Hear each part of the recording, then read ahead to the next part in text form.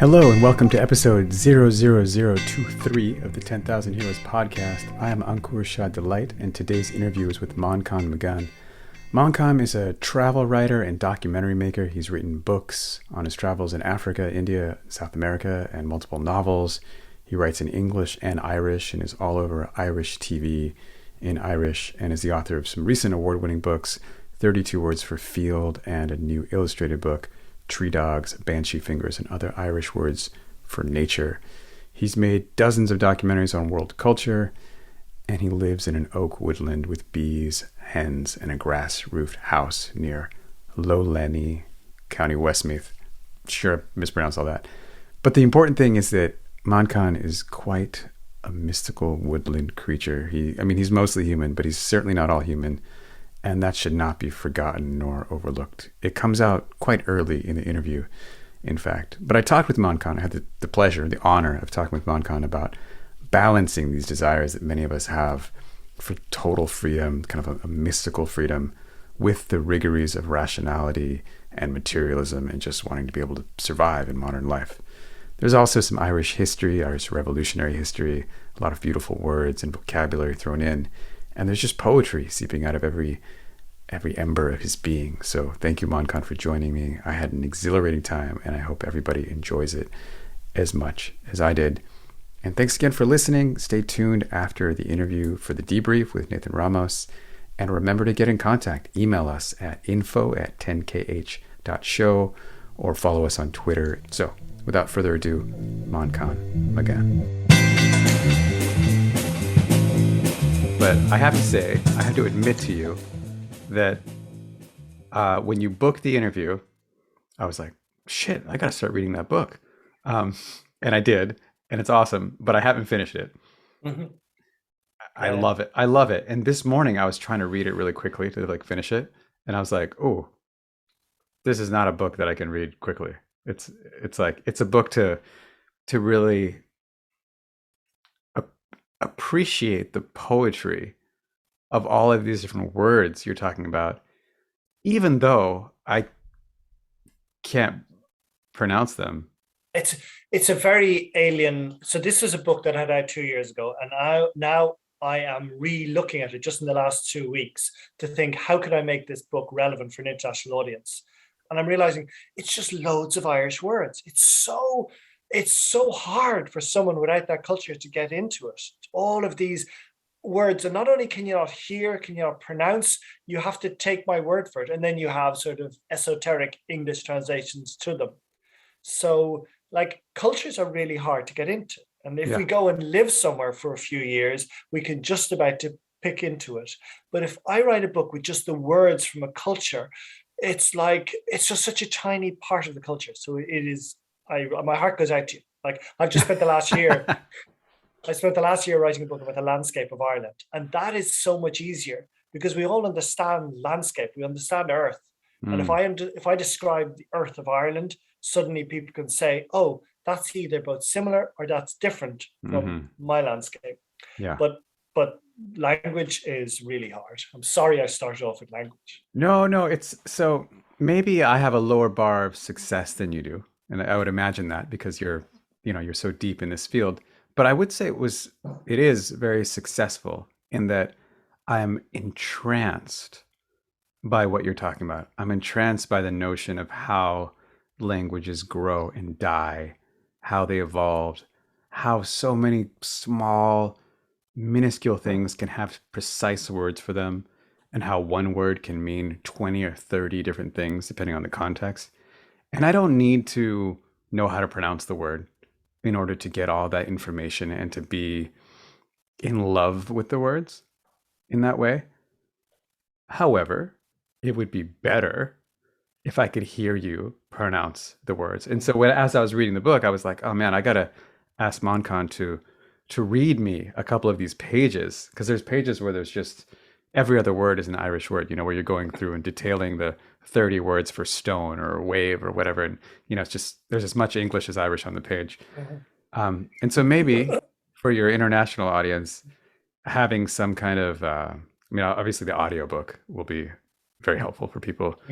But even some kind of companion. I don't know if it's a web page where it just has all these words that I could just click and hear you pronounce. Would I be mean, yeah, I think you're giving me such an insight there, such a valuable course. Like maybe I have a page where, like you just said, there's as much Irish as English on the page. Like, how is any poor English speaker going to deal with a page which has as much Irish as English on the page? It's just like so complex. And particularly, we're in the 21st century where we now have so many beautifully complex, interrelated multimedia realms and forms. And the fact that I'm insisting on writing this book about language, about an alien language that, you know, as I claim, is thousands of years old and is eons away in terms of concepts from our modern language, why I would stick with the printed word on page for that, it's kind of, awkward of me. It's yeah, easier yeah, way yeah. is that. There's definitely other technologies and formats that exist that would make it come alive.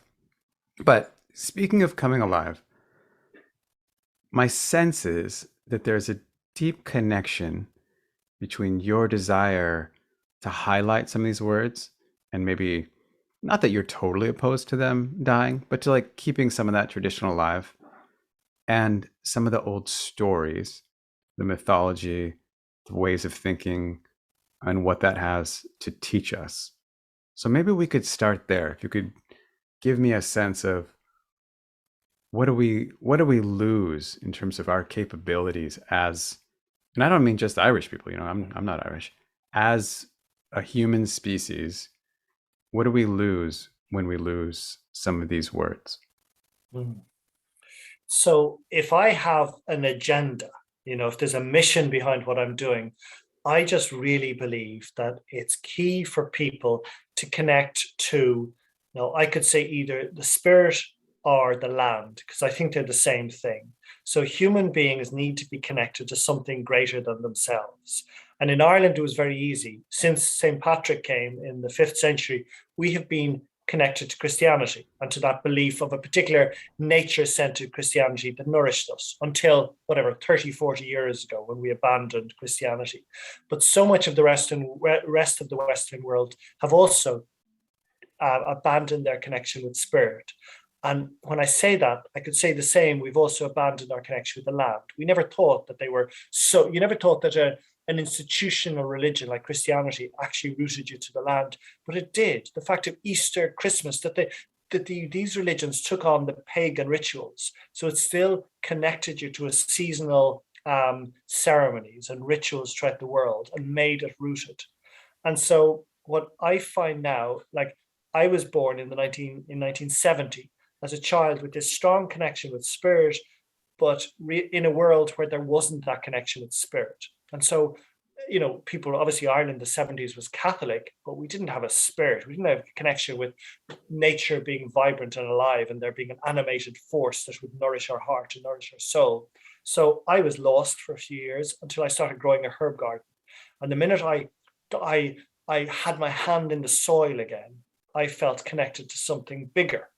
And again, science is now showing that if we do dig the garden, the same amount of serotonin is released and other positive brain chemicals that are released in a dose of Prozac. It's the exact same. And it makes sense. We have evolved by growing things in the soil. So that is what lights up the serotonin and the other euphoria in our brains. So for me personally, I was rescued. I was a child with the spiritual connection, felt alienated. By digging in the garden, I increased my spiritual connection. So my agenda, my mission in the world is to try and make people realize we can connect ourselves back to something bigger, to something beautiful, to that elation, to that expansiveness, to that sense of a wider consciousness. And I could tell people to do it by sitting on a yoga mat, but that's not my lineage. And I don't know how to do that. But I think it's an easier way to tell people just connect with the soil, either dig the soil or walk in the woods or swim in the land. Or swim in the sea, or swim in the lakes and the rivers. And I was thinking, how can I convey that to people in Ireland without sounding too woo-woo and sounding too new age and too radical?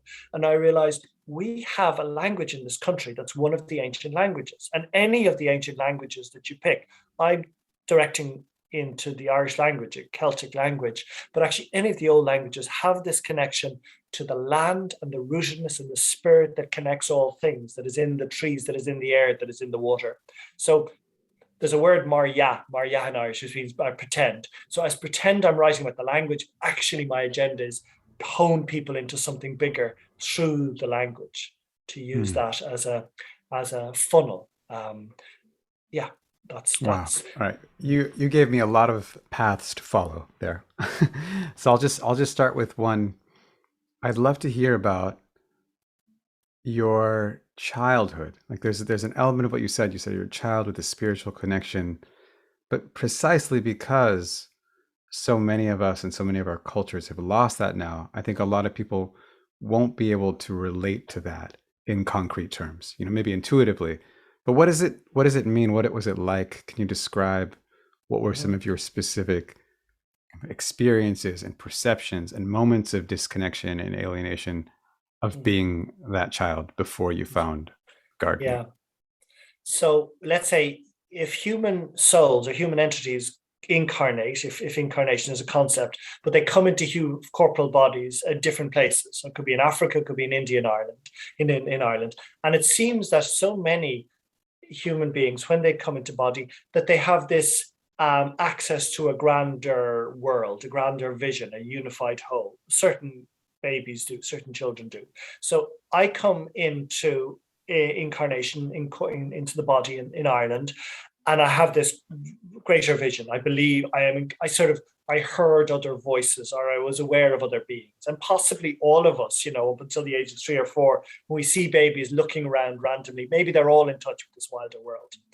But the mindset that I realized I was born into. So I was born in with that natural inclination to be able to see beyond the human brain, or to feel or to sense things. So you have memories from like when you were very young of hearing voices from a previous incarnation, or just contemporary but in a different place, or how do you make sense of that?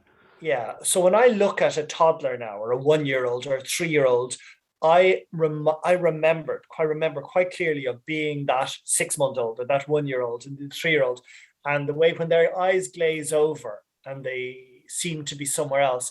I seem to remember that very clearly, of being able to slip out of the consciousness of the nursery and of my parents and go into this greater world of the not imagination, of the beyond, of the infinite.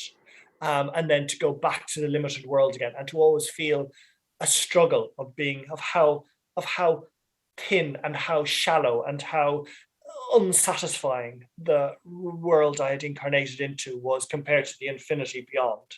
Wow. Then, so the experience that I'm looking for when I go on a 10-day silent meditation retreat is an experience that you remember over and over from your infancy. Yeah, exactly. But it doesn't make life easy, obviously, because then I remember everything from when I was 5 on, probably 4.5, and those I remember just feeling so alienated, loving being in my own mind and my own imagination, but finding it very hard to communicate with actual human beings. So I remember I spent a lot of my schooling, there was a tree stump, and I would just sit on the tree stump, and you would get well-meaning children who'd come over and decide, who were 2 years older than me, and they'd say, "Oh, look at the poor lonely boy, we'll befriend the lonely boy." And I'm thinking, no, you don't understand. There's nothing you can offer me that I don't find in my imaginary world sitting on this tree stump. So it looks like I'm a sad loner, but I am in charge. I am in connection with universes, with realms, with beautiful places. And so I was born in Dublin, in Ireland, which was an English-speaking place. It's been an English-speaking place for centuries, Dublin has. But I had one foot in the west of Ireland, and where the Irish language was the language. And that language is absolutely comfortable with there being another world, with there being an expanded realm, and with the reality just being a tiny element of it. And so that's why English is the main language of Ireland. But I was so lucky that I was born and brought up with the other language, with the minority language, with the indigenous language of Ireland, the Irish language, or the Gaelic language, this Celtic language, which I can tell you later where it comes from, but it's a more ancient language. English is a relatively modern language, whereas Irish is thousands of years old. But Irish is absolutely comfortable with there being another world. So when you have the concept of counter is the word for region or place or locality, but it's always understood that there's the opposite of counter, which is alter. An altar is the other world. And there was always known that there were people, there were beings, there were entities who could pass from one to the other, from counter to altar. And so the word pukin means a blindfold, or it can also mean a goat muzzle, or a tin visor for putting over a thieving cow's eyes. But it also means a magical cloak that allows otherworldly beings appear invisible in this world. Pukin. Now, as I say, I was so lucky to be brought up in the 70s in Dublin, a rather conventional, English-speaking, English outlook world, but with this access to these words and this concept that there was always an other world right beside ours. It was just beyond, just beneath, just between, just a hand's reach away from us. And so the experiences I was having inside about there being this other world were echoed in this minority language that I was speaking.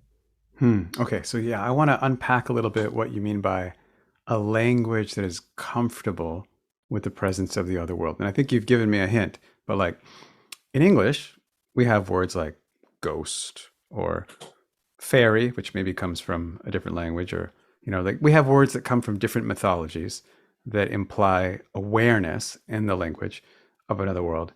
But we don't have the specificity of that word, puki.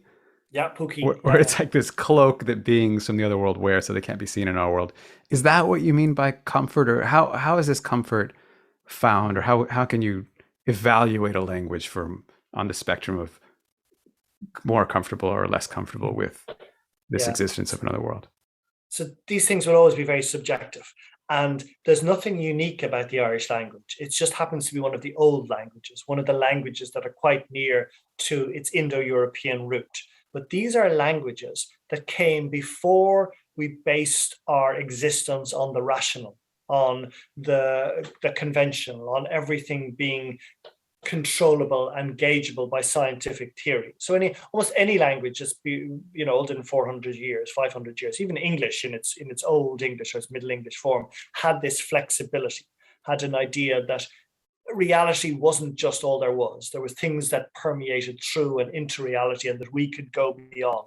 So all old languages did, but it just happens that the Irish language, which, as I said, it's Indo-European language, but almost 90% of the European languages and a lot of the Asian languages are Indo-European languages, but they would have developed, they would have evolved and taken on the modern thoughts of science and reason and rationalism and quantifiable things, whereas only some of these Indo-European language never evolved very much. They were in isolated pockets, and they kept that old mindset. And so, Sanskrit is one of the original one of the earliest forms of Indo-European language that wouldn't have changed so much because it was a language connected to a religion, and so it didn't evolve. Hindi developed from it.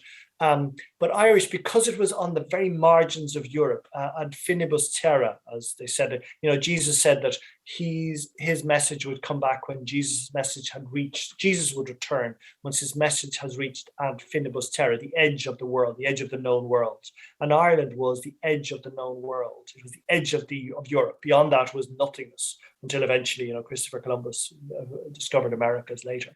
So this was the extremes, and no one else was going to come and mix with the language that was being spoken on the edges. So it remained very pure and very connected with its mother tongue, this Indo-European sort of Sanskrit-connected language from the heart of India, which is just a mind-boggling thing, where you can have this absolutely unique Celtic, Gaelic, strongly marginal, parochial, parish, minority language on the peripheries of Europe. And somehow it's connected to where it originally stemmed from, the heart of India and Europe, long thousands of years before them.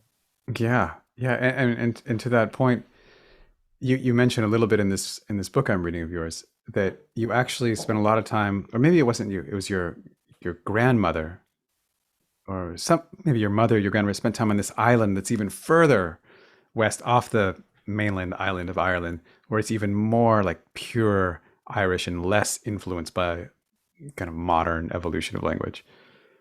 Exactly. Yes, this was the Blasket Islands, where my grandmother spent there. Eventually, it was evacuated in 1953 or 57. But this island obviously had no electricity. So when my grandmother was on it, they were collecting for food. They were killing seals and using the blubber and the oil for seals for their lighting. They were climbing down the cliff faces on ropes, they were making themselves out of a mix of horsehair and seaweed and different types of twine and dried nettles and things and dried brambles, using those as ropes to scale down the cliffs so they could get cliff eggs. So they were surviving on herring and mackerel they caught themselves, on seal and seal oil and seal blubber, the odd. Well, no, they caught whales, but they didn't really kill the whale on the seal eggs. So it was almost a hunter-gatherer existence that was happening right up until the 1950s in Ireland. And that was the place when my grandmother and her family decided to move to, well, in the summers, to immerse themselves in this last element of almost hunter-gatherer society in Ireland that existed up until the 20th century. And what was their motivation? Why would they? That seems, even at the time, a pretty radical decision when, so much was heading towards, modernity or factories or getting closer to the technology and the ethos coming from England. They went exactly the opposite direction. Yeah. What was that about? And that's interesting because that's a big universal movement that ties into the big universal movements that are happening now in the world, which we might touch on. But right at the end of the 19th century, the beginning of the 20th century, there was a pan-European, in fact, a pan-Asia and European concept of nationalism, of self-rule, of sovereignty. And the idea is we can declare ourselves nations and we can break up our oppressors. And so, for hundreds of years, thousands of years before that, everyone was under a colonial oppressor. There was the Austro-Hungarian Empire in Europe. There was the big dynasties in India. There was the rule in China, these emperor rules. And suddenly, like by a miracle in the late 19th century, the civilians, the plebs, the peasants decided we are entitled to rule ourselves. Like how that arose up in consciousness in society, that we are going to break that master control. It happened all over the world at the same time, like that 100 monkey principle. It arose. And in Ireland, it expressed itself with this feeling, we are, for the last 800 years, we've been colonized either by the Normans or the English or the Vikings before that, but that's not our legacy. In our stories, we could remember, in our folklore, we had stories going back beyond that 800 years that we've been colonized. In fact, beyond 1,000 years, beyond 2,000 years. In my book, I show examples. It looks like we had folk memories, oral tradition passed down from mouth to mouth that stretched maybe as far as back as 9,000 or 10,000 years.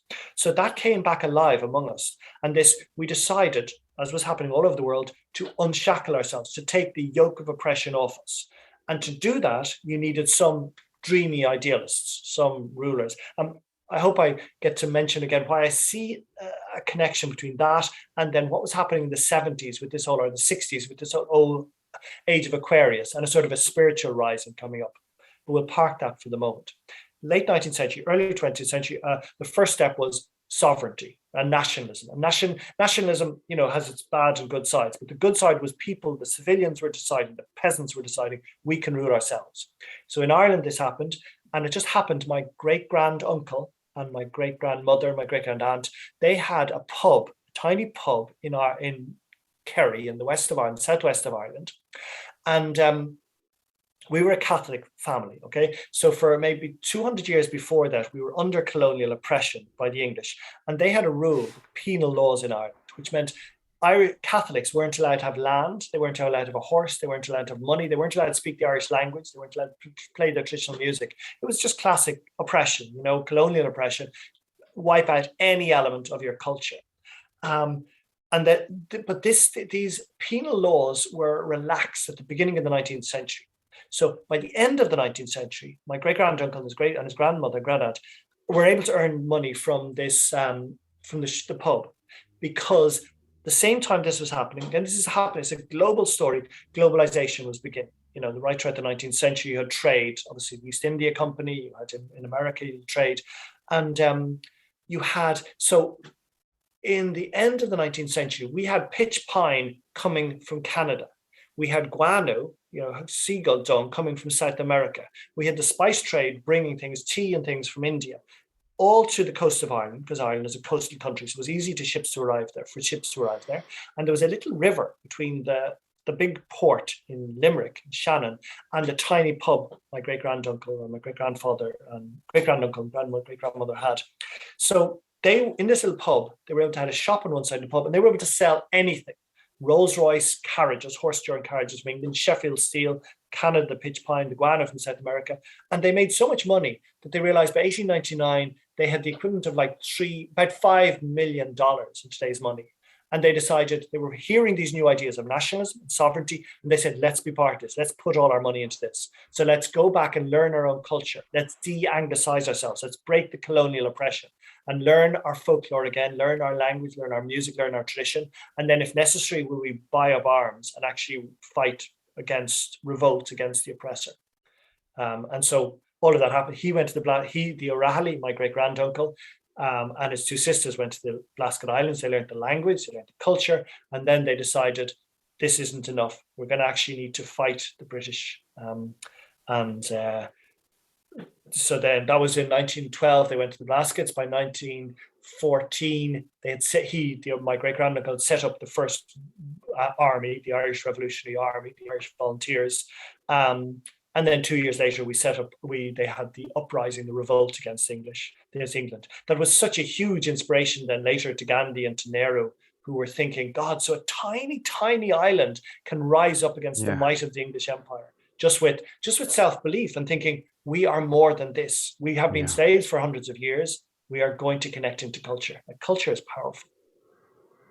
Wow. God, there's so much that was powerful about what you just said. One thing, just a reaction I'd like to share with you, which is not a reaction I'm proud of, is that when you were talking about the incredible colonial oppression against the Irish people, which is not a news story. I mean, we've all heard that. I've studied that at length in college. I spent a lot of time walking in Gandhi's footsteps in India. You see people do this again and again, but it was so much more shocking to hear it from you. I think because I wouldn't imagine that white people would be subjected to that. Whereas when I had a guest on the podcast a few weeks ago who's indigenous Native American from this land, and she could say almost word for word the exact same words about language, about dance, about songs, about practicing their religion, massacres, all these things. That just kind of seems normal because I grew up with knowing that that's the kind of thing that we do to Native Americans. But I didn't grow up hearing that that's the kind of thing we do to Irish people. Yeah, it's hard. It's a sensitive issue because we can't equate ourselves with the struggle of either Black people in Africa or Native American tribes because we were white. So we had natural advantages. Like some certain Irish people were able to become officers in the British Army or officers in the Austro-Hungarian Army, or particularly when they moved over to America, officers and sort of sheriffs and captains in America. And they did enormous destruction. The Irish soldiers in Argentina were one of the greatest sort of destroyers of Native American tribes in Argentina. And likewise, you'll get down in Mexico and New Mexico, you'll get stories of really treacherous Irish people who moved over to the West, the Wild West, and just destroyed things. So it's not quite, it's more complicated for me to try and play that bow to say we are the oppressors. We were definitely oppressed. We had all of our money taken from us, all of our music, all of our language. We were beaten down. We were just classed as barbarians, as savages, as monkeys, but yet we're white. So we were able to escape it easier than others. It's a complex story. Yeah, there's a realization that came to me only maybe a month ago. I was doing a podcast. I've done a few sort of Zoom calls now with native indigenous people, if you're from North America, from Canada, the United States. But the last one was a man called Dr. Alan Corbière from Quebec. He was Ojibwe, Anishinaabe.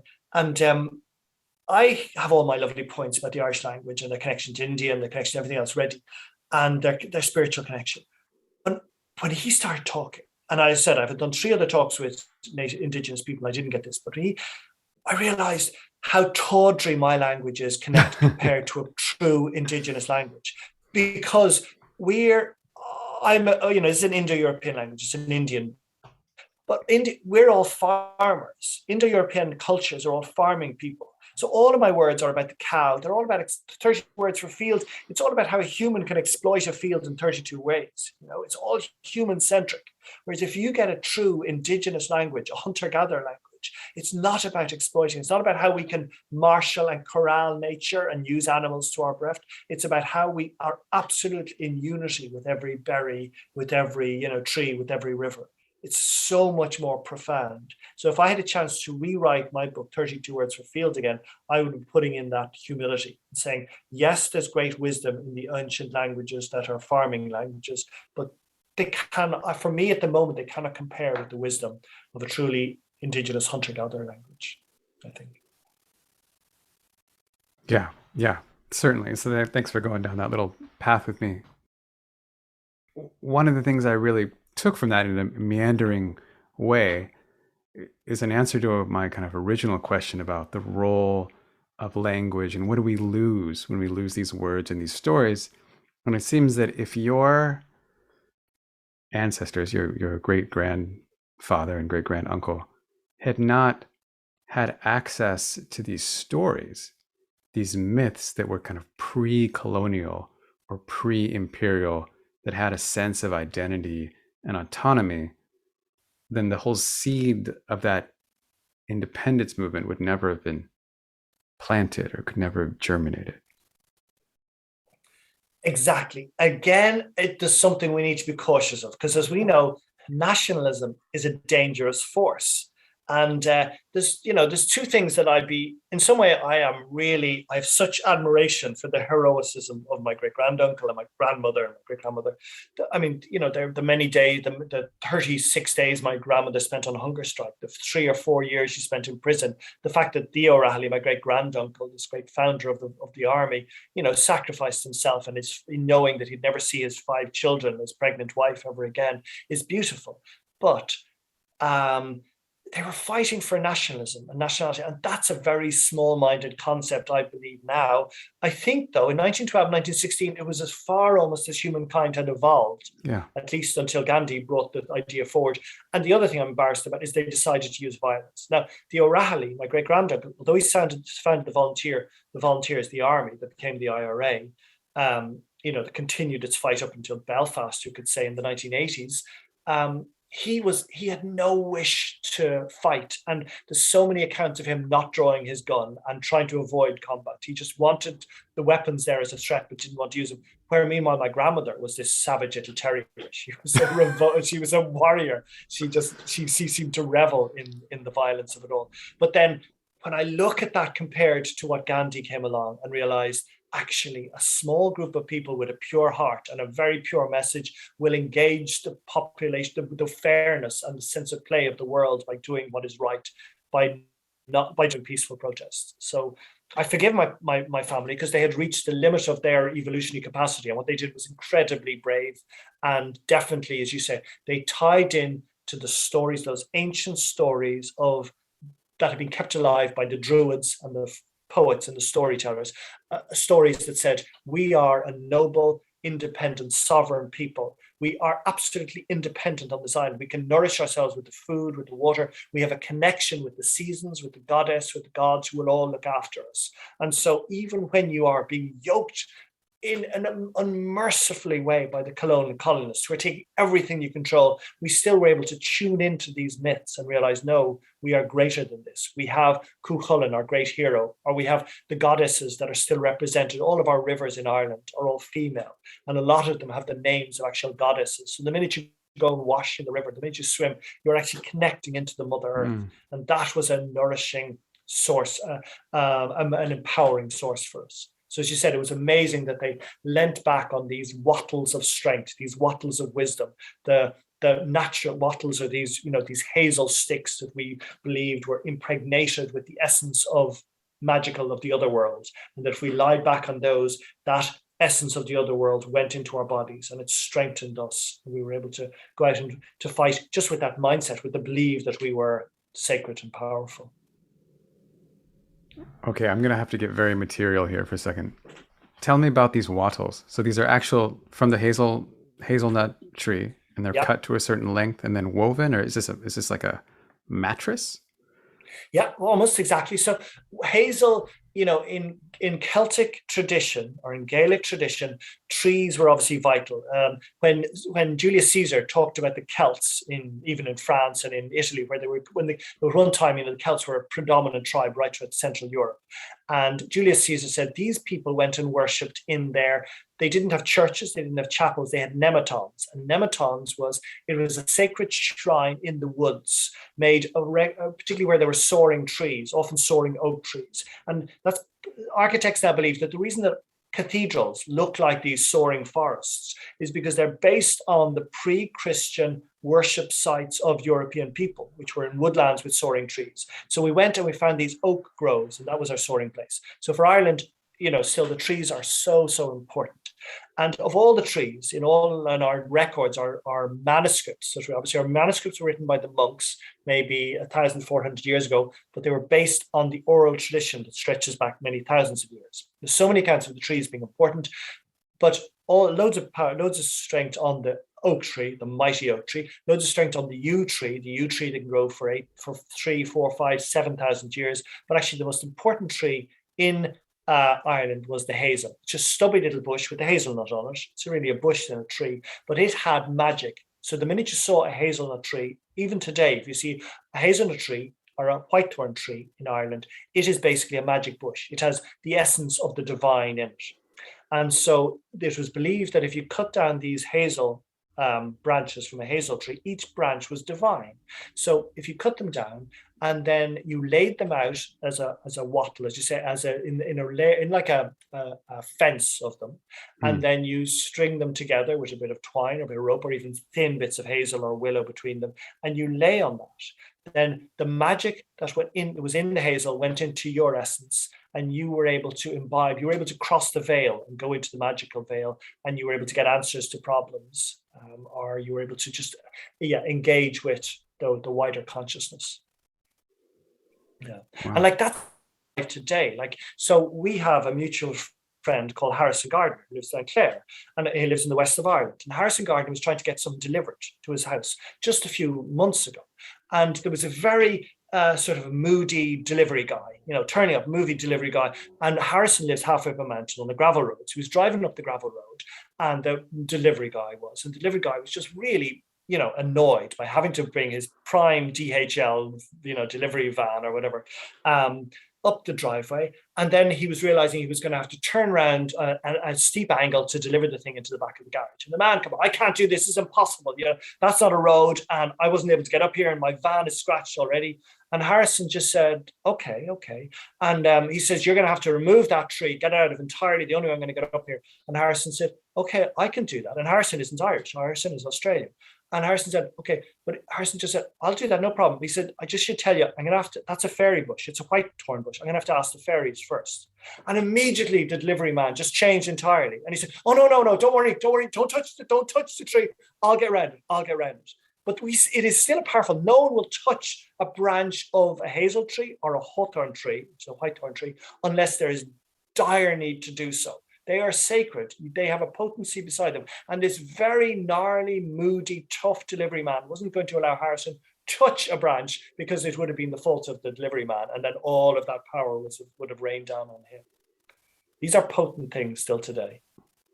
Yeah. Wow. And I just love the presence of that in, like, to have that mixed into our culture, which is so full of things I appreciate, like being on time and getting things delivered from far away and all these. There's a lot of benefits to that, but it's so nice to have that little bit of, it's not even humanity, right? It's like a kind of a little bit of pan-speciesism thrown in there of appreciating some of the other things that are going on. It's the irrationality, the magic, the non-rational. It just opens us up to so much more, because we've gone to rely so much on the reason and the rational and the predictable and the scientific. And the minute you add a bit of uncertainty, a bit of magic, a bit of the unknown, it is so humbling. It is so freeing. It definitely is more scary and more unpredictable, but it allows this different way of engaging with the world, this different way of seeing one's reality, this different way of being able to leave out of predicaments and problems, because suddenly the real world isn't quite as real. There's ways of moving around it. It's very challenging and uncertain, but also immensely liberating. And one of the ways in which I think it could help me and maybe many other people is when the real world becomes just a little bit, you don't want it to be too much less real because then you might lose your grip. But when it becomes just a little bit less real, I feel like it's easier not to take ourselves so seriously, which I think is one of the, I mean, there might be different medical or scientific terms, like depression, anxiety, whatever those words are. But I can kind of summarize it for myself. It's like often we just take ourselves very seriously. And it'd be nice to have a little bit of distance from that, a little bit of perspective. Yeah. Yeah. And we think we're stuck as well. We think we're out of options. We think we're down a cul-de-sac. And the minute you bring in magical thinking, and as I say, there's nothing special about Irish language or Irish culture. This was a part of so many ancient cultures, the ability to think beyond your current predicament. And it's incredibly empowering because suddenly you're never stuck. You're never stuck.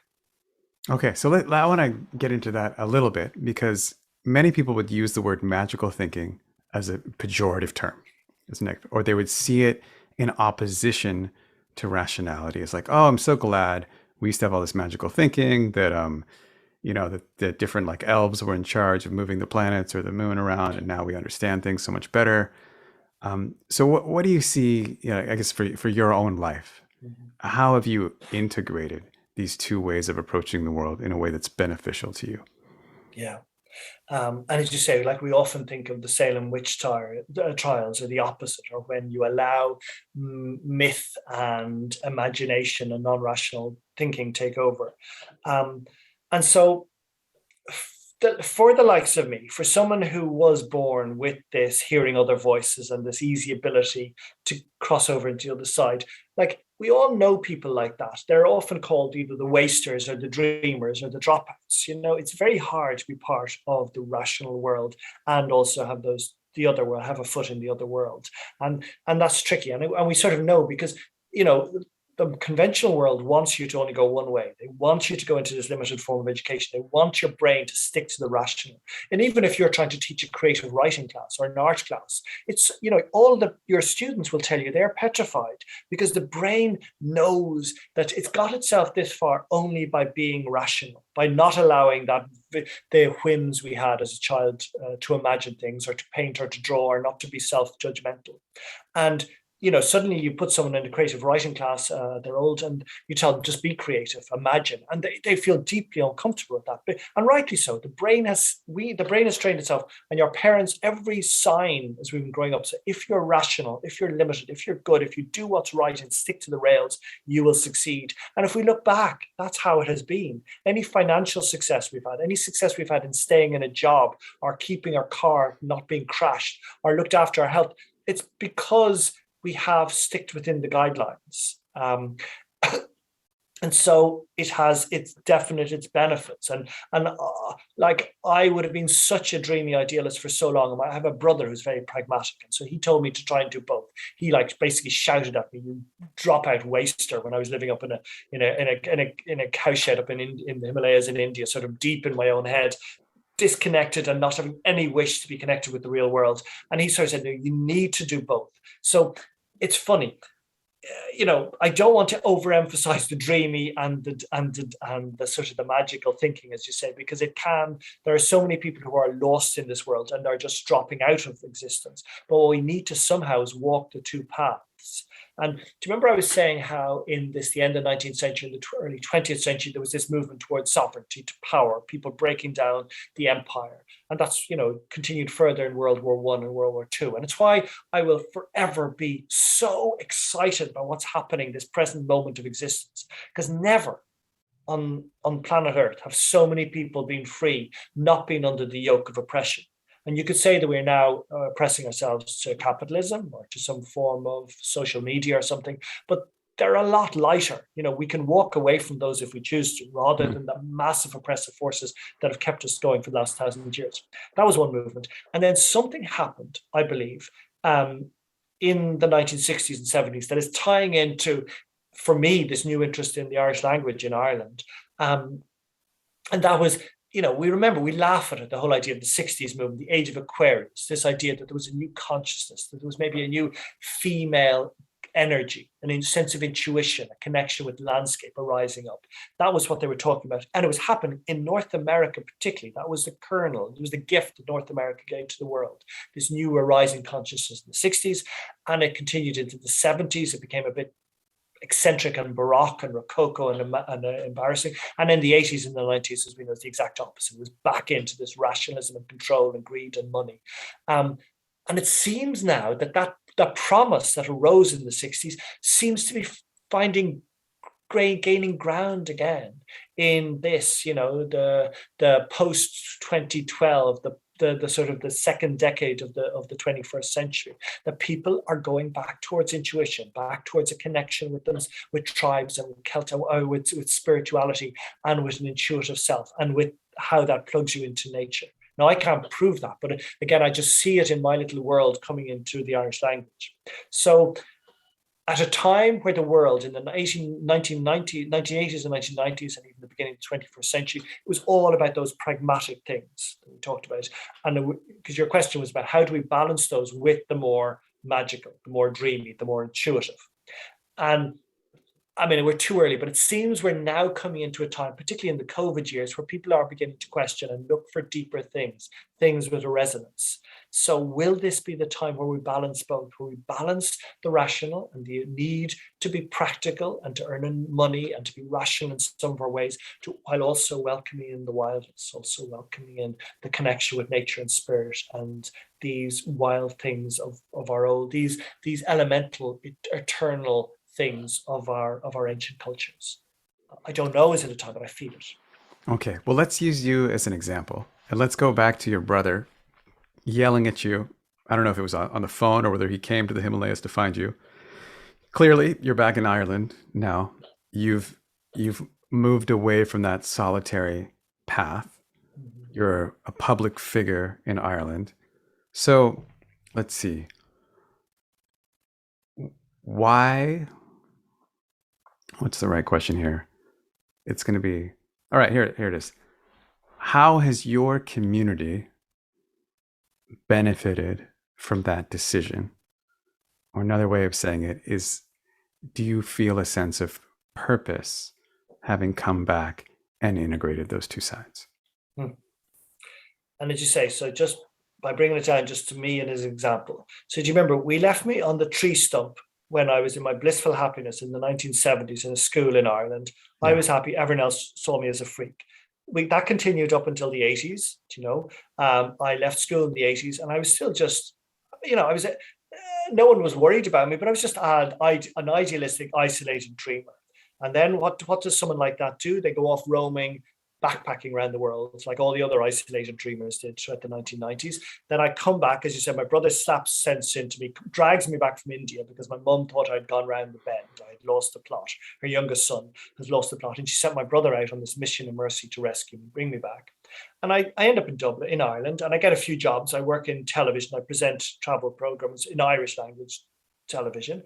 And then I write for the Irish Times, the main national newspaper in the Irish Times. And everyone is kind of allowing of me. They all just think I'm a bit of an oddball, but well, he's idealistic and he's enthusiastic and he's nice. But no one will give me too much control. In the Irish Times, they'll give me a column, but they're never going to put me on the news pages, which are the pages based on reason and responsibility and rational. They had me writing features, the Irish language television station that I worked for, and then the National Irish Radio, RTÉ, that I used to report for. They'd put me on the quirky, the feature, the marginal, and that's where that's where we were put. We shouldn't be trusted. And I would go into these board meetings, even when I was like, that's, the main Irish newspaper of record, the Irish Times, the main Irish radio station, national radio station, RTÉ, Irish television, RTÉ and TGCAR. I'd be on all these things and realizing I'd go into meetings and thinking, do you know what's going on in my brain? Like, I should be locked up. I shouldn't be in any of these places, but I was able to go in undercover. Now, only in the last 5 or 6 years are people wanting this type of margin. I'm now sort of being given a platform, and there's this desperation, hunt out that man who is the oddball. But now we need to hear what he has to say. Now, that's nothing to do with me. That seems to be that it's a rising movement that's happening in Ireland and possibly around the world, that they're just looking for the people who kept one foot in the magical world and one foot in the real world, and particularly who has the knowledge of that ancient heritage that it's built on. Because it's one thing to base your magical thinking on reading Shirley MacLaine books or Shakti Gawain books, but it's another thing to find that you are having done the research and realizing that actually in our culture, and as I say, it's not unique to Ireland, any ancient language, any ancient culture has that connection to the infinite.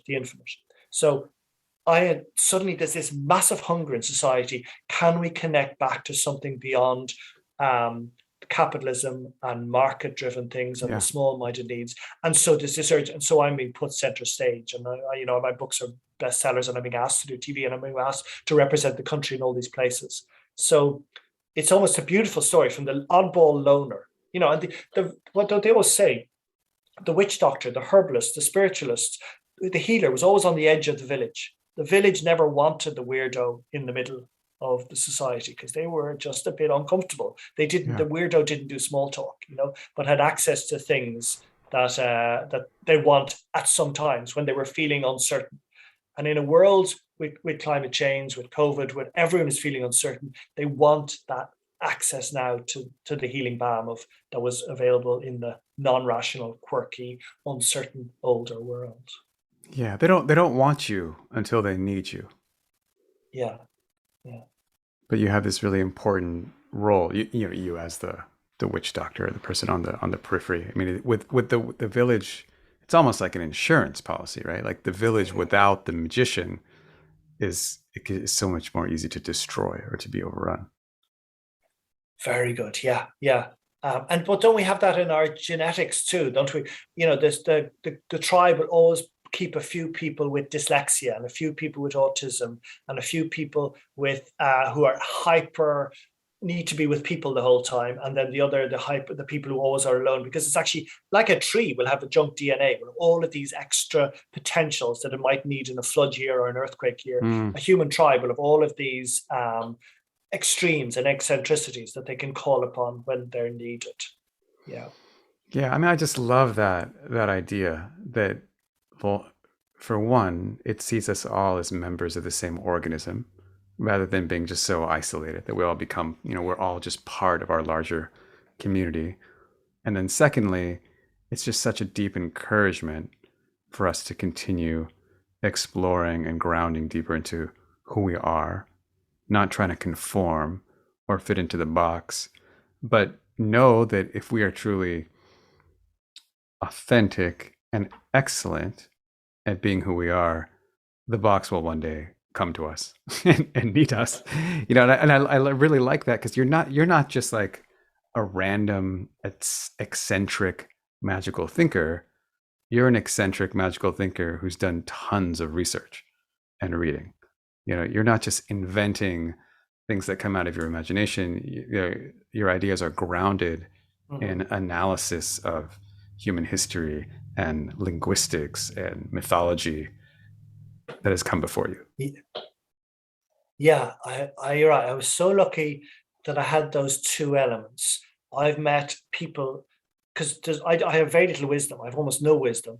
But as you say, and I've met people who are so intuitive, so much more intuitive than me and so much wiser than me, but then they don't have the other foot, the ability to do the rigor, the academic rigor. And because I just fall between those two stools. I'm happy to do the research, happy to focus a bit on the rational mind, and also I can do the other, go into the wild space. And so I've met such beautiful souls, as I'm sure we all have, in ashrams and in alternative communities and places all around the world.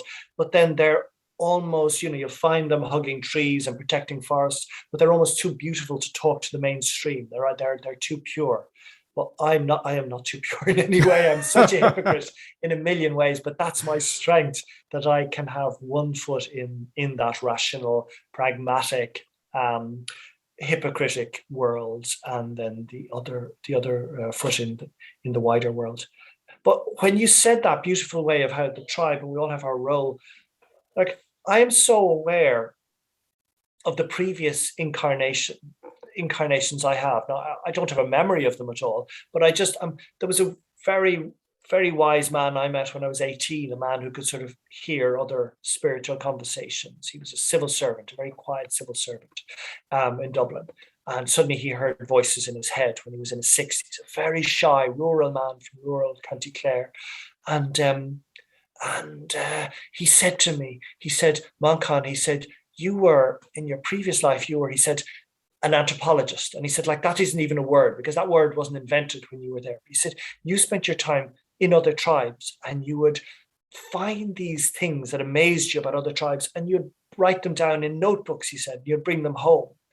And you got them all home and then you died and you never said them, you never shared them. So he said, that's what you were. And he said, and then he died shortly afterwards. But then I found myself doing it, like 7 years, living in India, living in South America, living in Africa, with making Irish language television documentaries. And the only purpose was to hunt out the minority tribes, the Tarahumara, the Yami, the just different groups all over the world, finding their marginal songs and language and viewpoint, and then bringing it back to the farmers and fishermen along the western seaboard who watch the Irish language television. And then after that decade of doing that, then I started going deep into the research of the Irish folklore and language and history and bringing that element back to my people. So it's only when you said that word about how this, we have our one role to play. I'm thinking, yeah, it's not only this one role to play in this life. Actually, I've probably been queuing up for maybe a few lifetimes. And now is the time that I finally get to say these things. To play this role. Yeah, maybe. Yeah. Beautiful. Who knows? Like, who knows? That sort of egotistical thinking, but it's a potential. Okay, so I'm gonna go. I have a question. I'm gonna go back to Ireland a little bit. I want to know. You mentioned fairies and the fairy bush. This is something we, kind of in the popular global imagination is associated with Ireland. I want to sidestep, the argument about the reality of these other beings and go more into what is their role in the culture? Like, what can we learn from the awareness and respect or the consideration of the existence of fairies? What is the role of that in the culture, and what can we all take away from that? How could that benefit all of our lives? Mm-hmm.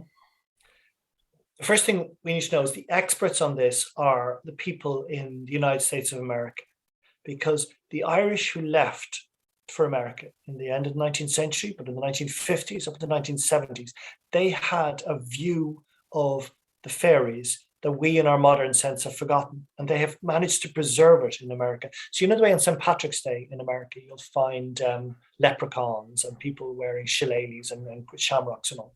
And the Irish are embarrassed by the leprechauns and people talking about fairies on St. Patrick's Day because we think we're modern and sophisticated and rational. But luckily, because the Americans came with that pure vision and then were disconnected from Ireland, they kept that element alive for us. And what I'm realizing now is there's a profound wisdom in the fairies. So the Irish for fairy is she. Okay, she is spelled Sidhe, Shidda, long ago. And she meant a fairy mound, and then it meant the area around a fairy mound, and then it meant a fairy. So like Banshee, the Banshee is the female fairy, who's the woman who would accompany you at death, who's like the Durga quality, who would of destruction. And then a She Guiha was a gust of wind, because the gust of wind long ago was believed to be the fairies rushing by.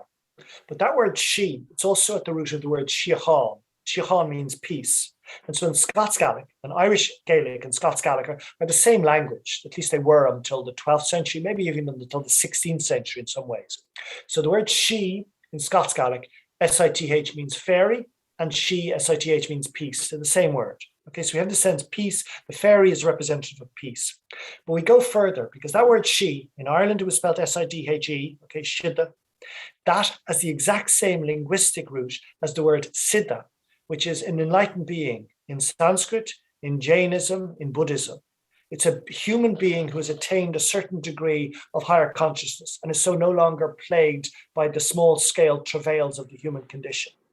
So when we look at this, we see what the fairies were. What do we know about the fairies? The fairies lived in areas of absolute beauty in the countryside. These circular fairy forts, the Listener, the Rahamit, that if you're ever in Ireland, anywhere in Ireland, you'll see these, there's 27,000 or no, maybe 6,700 fairy forts still in the landscape. These are where the fairies lived, according to mythology. So they were denizens, they were places of absolute peace and prosperity and plenty. And what do we know from all the mythology? What do the fairies did? They spend their whole time dancing and feasting and cavorting. So what then do we know? We know that in our mythology, you ask any person over the age of 70 in Ireland, they will tell you stories about the fairies in their area. And these fairies were connected. They were beings of peace, beings of prosperity and plenty, who spent their whole time feasting and playing, and all the time trying to tell human beings to chill out, to enjoy themselves, to relax, not to take the human condition so seriously. And whenever all the stories, all the mythology are about a human coming to the fairies say, join us in the fairy fort. We will revel, we will have fun. And the humans say, oh no, I have a job, or I have time, or I have responsibilities. And the fairies just laughing in your face. So the fairies are actually these jinns. They're these nature entities, these magical nature beings who are connected to peace and prosperity and just saying, chill out. They're like a cross between Yoda and the Dalai Lama, living in the landscape, always saying, see the bigger picture, see how we're all part of fun and all connected. And this tiny constraints of time and space are actually irrelevant. So fairies are potent, but we never hear that anymore because we were colonized first by the church, in the 5th century by St. Patrick. And he started breaking that control of the belief that the fairies were the gods in the landscape. This belief, this concept of animism, that there's a god in every raindrop, in every leaf, in every blade of grass. That's who we are. We are a people who see God everywhere. And that's who so many indigenous and early people were. People who saw God everywhere and them being a deep coalescing part of that divine life.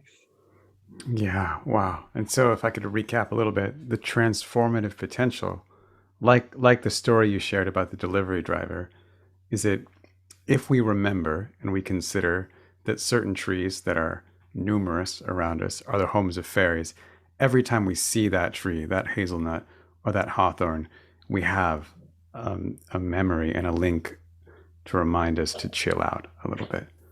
Like there's an enlightened being in that bush that's laughing at me because I'm taking myself too seriously right now. Exactly. And the fruit of the hazel tree, the hazelnut, was called the bullig is. And the bullig is a bubble, and is means of wisdom or of insight. So the hazelnut was believed, if you had a problem, if our greatest hero, Finn McCool, ever had a really difficult problem, he would just swallow back a bubble is, a hazel of knowledge or a hazel of intuition, and his mind would expand and he would have access to all the answers. Which again, every powerful spirit belief is trying to tell us that. Trust in intuition, trust in your greater mind, the answers are there. And that other place in Ireland that you find that word bullig, which is bubble or a belly or a blister, is in the name for certain mushrooms. So just as we now know that mushrooms have access to higher consciousness and different ways of looking at the world and different forces of wisdom, so too did the berry of the natural magic bush. It's all there, Wow. So I wonder if I can ask you, I hadn't, none of this is prepared, but you can take a moment if you need it. Could you just close this experience, this interview, with a story? And it can be as long as you want. There's no time constraint, but could you just recount in your beautiful way a story or a myth or something that is relevant to what we've been talking about? Yeah. So in some way, a lot of the stories that have come down to us are about male heroes and, their battles and all. And so you need to strip a lot of that away. And the minute you do the male hero story, you come across a goddess. There's always a female goddess at the bottom of everything. And it's natural. We've had 2,000 years of that male power. So obviously they've put a layer on top of it the minute you find. But one of the stories that never had the male on top of it is the story of the Glasgainach. And again, you can go to any parish in Ireland, any community, and you'll be told the story of the Glasgainach. The Glasgainach is, Glas means green or verdant, and Gainach is sort of forked are sort of speckled with two different colors. So it's a cow who was a nourishing cow. She was a life-giving cow. Okay, and so if you go to any area and you'll say, tell me about the Glasgainach, and any old man will point to you to where the area where the Glasgainach feeds at night, and it'll always be the most lush, nourished fields in the area. The fields, fertilizer only came into Ireland in the 1950s, chemical fertilizer. So we had the guano, as you said, that we had a century earlier from South America, but that was only in very rich, limited areas. But if you saw a field that was lush, the Glasgainach, this magical cow, had ate there at night and pooed in it and nourished it. But what the Glasgainach was known for, that she would feed everyone in the community with her life-giving milk. Anyone who wanted milk, she would give it unlimited amounts of milk. And she had done it from the beginning of time. And there's so many stories, like of rivers and different entities, female entities in Ireland who would nourish people with their life-giving milk. It came from actually the original Indian Sanskrit story that we would have got 2,000 years ago, of the whole idea of Govinda, the cow, that also fed its people. But the Glasgainach fed its people with life-giving milk until along comes a stranger, a foreigner, one time. It's a man, obviously it's a man, and it's a nomadic man. He's not settled in any land. And he says, you have this magical cow, the Glasgainach, that feeds the poorest and the most ailing and anyone who needs it. And she also feeds the soil with her magical manure and makes it nourishing. I bet you that I can compete with and win out this Glasgainach cow. And they say, no, you never can. And he says, well, what's her thing? And she says, the community says, she will fill any vessel with milk that you give her. He says, I bet you I have a vessel that she won't fill. And they say, it's impossible. She is nourishing. Basically, she is nature. She's ever giving, ever loving nature.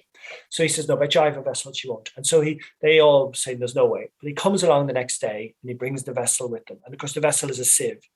And he starts milking the cow and the Glasgainach, and she generously gives up her milk, and she keeps on giving up her milk, but the milk goes through the sieve and pours out through the sieve and pours out through the sieve, and he keeps on milking her. He milks her all day and all night and all day and all night for 3 days and 3 nights, and eventually he gets to the point where there's nothing coming out of the milk's teats, out of the cow's teats, out of the others, except blood.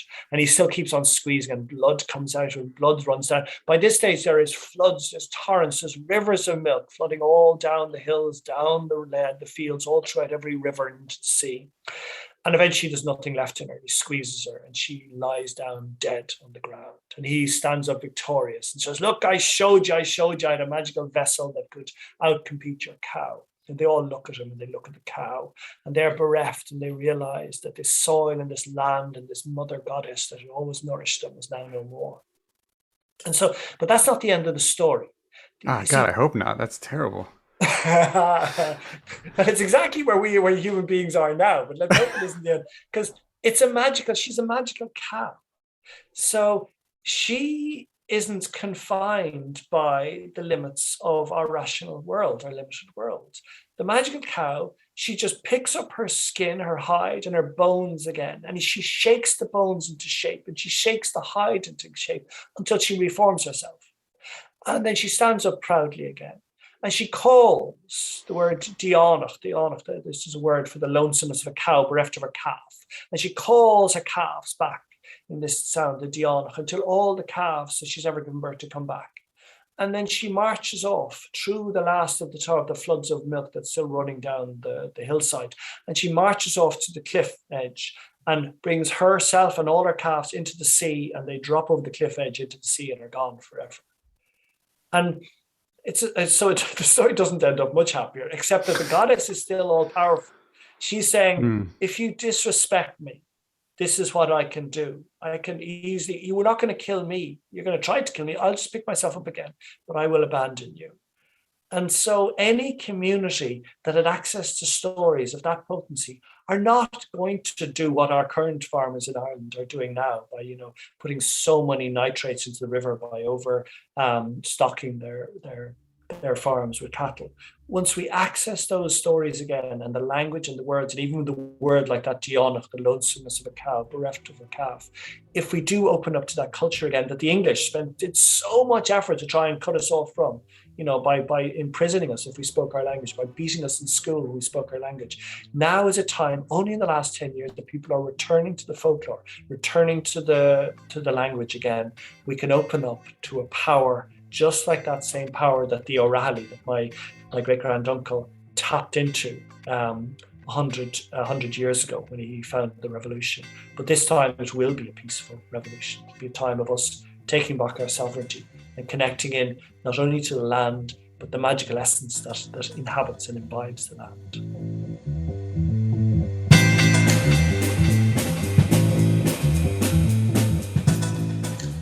Help me pronounce this gentleman's name. Manchan. Manchan Magan. And this is Manchan is I'm so ignorant here, but this is Gaelic.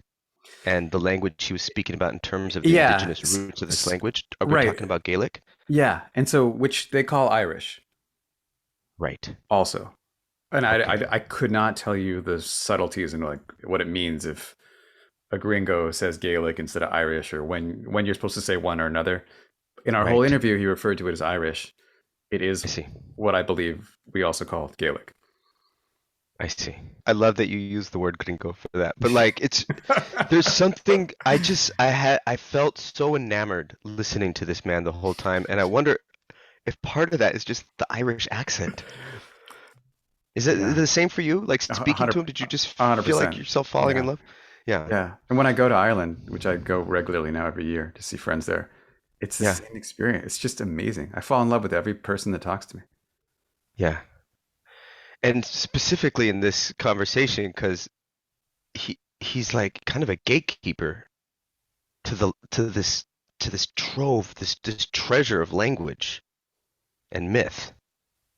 So it was even more of like, I just felt like he was the perfect person to be welcoming me into this world, into this worldview, actually. Yeah. I wonder if you'll get a little annoyed with me for going down this road, and you can just cut it out if you do.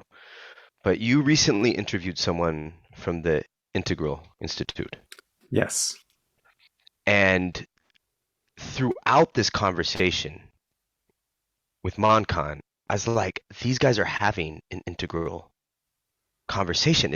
Am I right? Am I like way off? Because I know I'm not so versed in Ken Wilber's work. But you're right. I was like, is this an example of second tier thinking? The way he's able to integrate what I would say is what from the integral language, sort of a purple, right? This sort of magical thinking and this animistic spirit with this maybe orange, but this analysis and this rigor that he's talking about, this academic rigor, and with such openness and such integrity, both of you working to integrate these two worldviews. Yeah, that's how I see it, and that's why I framed it the way, like I see Manchan's episode as the third in a quartet. We started with Fighting Woman, right, and then we had the integral guy, Robert McNaughton, with his like pretty strong critique of some of what Fighting Woman was saying in terms of indigenous rights and wanting to be recognized. He had this whole critique of the identity movement, right? And then I see, Manchan coming in with this critique of orange, of rationality, but this real balance in a way that I think the integral people would be stoked about, of not just throwing it away, but being like, this is what's so beautiful about it. These are some of the limits of what are left behind. This is why we're using this like magical worldview, but we're not taking it to, psychosis or anything. We're really trying to figure out how do we balance these sides that are just in us. Right. Like the guy talks to fairies, like fairies spoke to him when he was a kid. One of my favorite moments in this interview is you're like, hey man, I'm going to get real material for a second and ask you about this word waddle. And he's like, sure, fairies. It was like you prefaced the question with, I'm going to get real material. And he was so elusive. He wouldn't just be nailed into one position on that continuum. Yeah. So he's really embodying this sort of trickster. Would you say kind of there's like a... Yeah, he's like a elf poet, or something like that in my mind. Yeah. And reminding us of this. I think it's so important, like the episode with Ava, the Mm. playwright. It's just Right. so important that all of us, especially if we have any kind of material goals, anything about career or just getting our identity wrapped up in how we relate to other people, having this point of view about magic and creativity just seems Hmm. so helpful to balance all that. Otherwise, it just gets so serious. Right. Yeah, I wondered about your take on that because it didn't see it was also I saw you sort of working out within your own filters how to apply this and also kind of teasing out from him how kind of conscious of how our listener might relate to some of this material. And I thought when you said, yeah, there's this magical thinking, it gives us it gives us a way to not take ourselves so seriously.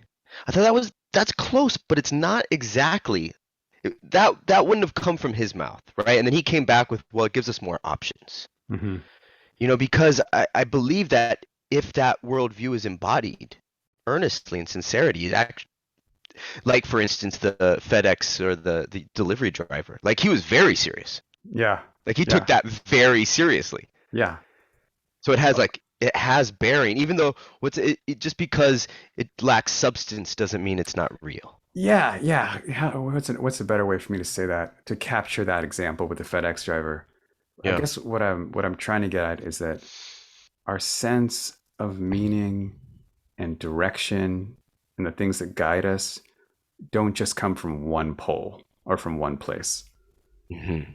So I guess what I mean about taking ourselves so seriously is being so attached to this one way of measuring ourselves or this Hmm. one way of doing things in the world. Whether it's like I'm trying to maximize my bank account and make $1 million a year, or as I've had in my life in the past, I'm trying to really follow Mahatma Gandhi's writings and way Hmm. of life to the letter. And Hmm. in either way, you're just like it's ideological. You're so focused on one thing and having this balance of like, all right, I'm doing my best to follow Gandhiji, or I'm doing my best to make all the money or whatever, and I'm not going to run over any fairies in the process. It has this balance of like, I'm not just monomaniacally focused on Yeah. my goals or my identity. Well, I'm going to give you a taste of your own medicine, maybe, then, and ask you if someone were to apply this, if our listeners were to hear this and apply this, can I say it's an idea or it's a sense of fluidity. It's a sense of openness.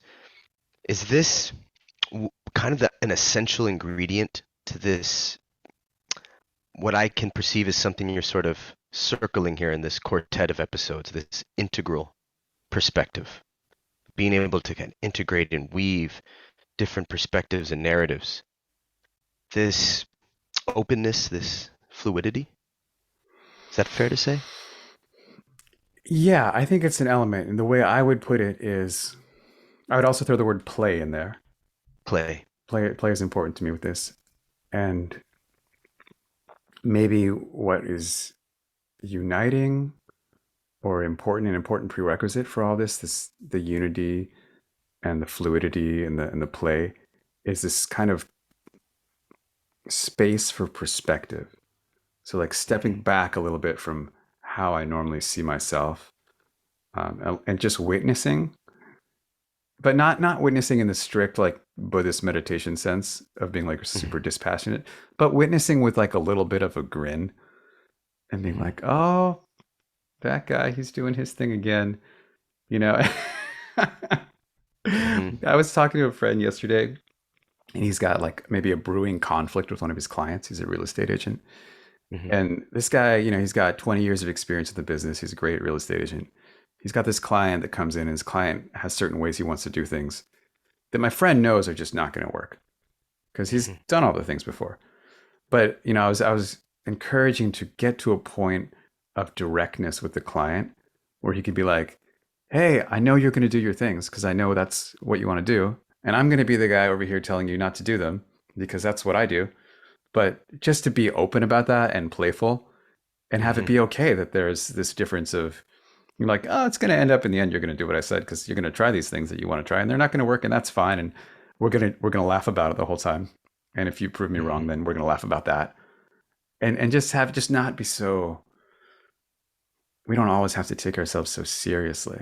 So to have that, Mhm. that's what I'm kind of advocating for, I guess, is this little bit of all of the joy and, like you said, fluidity that can come from this little bit of perspective on, like, oh, that's how I do it. He's that really Gandhian guy that's got to kind of got to stick up his butt, but he gets some really good Gandhian things done, and to be able to laugh about, that's for me the integral perspective, to like acknowledge all the positives and then laugh about all like the funky, quirky little negatives that come with it. I thoroughly enjoyed this conversation. Might be one of my favorite, at least of this season. And I'll attribute at least part of it to the Irish accent, but in no small part to your Yeah. wonderful questions and Oh, pulling this out and teasing this out for us and for the listeners here to consider this opportunity that we might have to attain a higher, I think, and higher I only mean that it is able to observe itself in the context and in relationship with these other perspectives, and how much opportunity there is for connection with others, and like you're saying, just kind of a lightening of our burden. Who knows, right? Like Manchan says, there's options. We don't get so stuck. yeah. Yeah. All right, folks, thanks so much for listening, for tuning in. Check us out at 10,000 Heroes. 10HK Show is our handle on Twitter. 10K. You got to correct 10. What did I say? 10HK. Okay, that's different. That's a different handle. Don't go to that one. That might be like some kind of subversive, like North Korean missile thing. Who Whatever you knows? find at that handle. We're not responsible for those views. This is 10KH Show. That's our Twitter handle. And check out the show notes for more on Manchan and his books and the wonderful perspective that he's bringing. Thank you, everyone. We'll talk to you next time.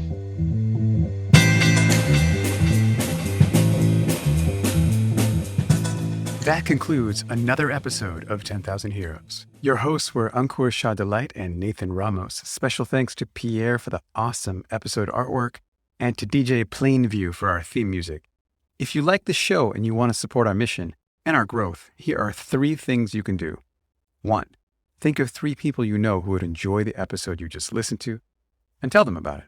Call them on the phone, send them a text, send them a link, whatever, but share your enthusiasm.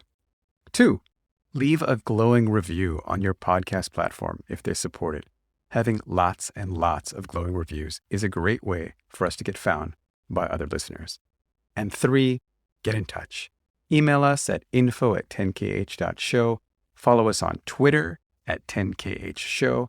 Connect us with people you know who would be great guests. Give us constructive feedback, or just like in point 1 above, share your enthusiasm. Thank you and take care.